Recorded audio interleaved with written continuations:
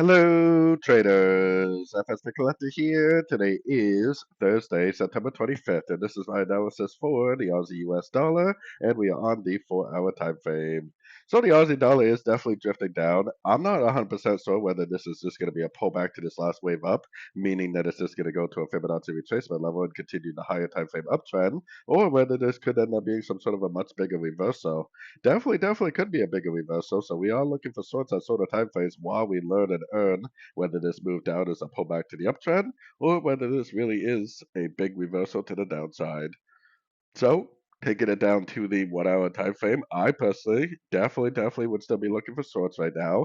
I have my Fibonacci retracement on this move right here because this move up could likely and probably is just a pullback to this last wave down, especially if we're continuing down on the 4 hour time frame, which it looks like we are.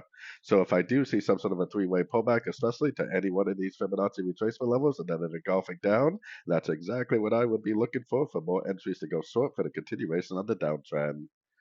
So anyways, don't forget to check out my website linked over here in the corner. And as always, thank you for watching and happy trading.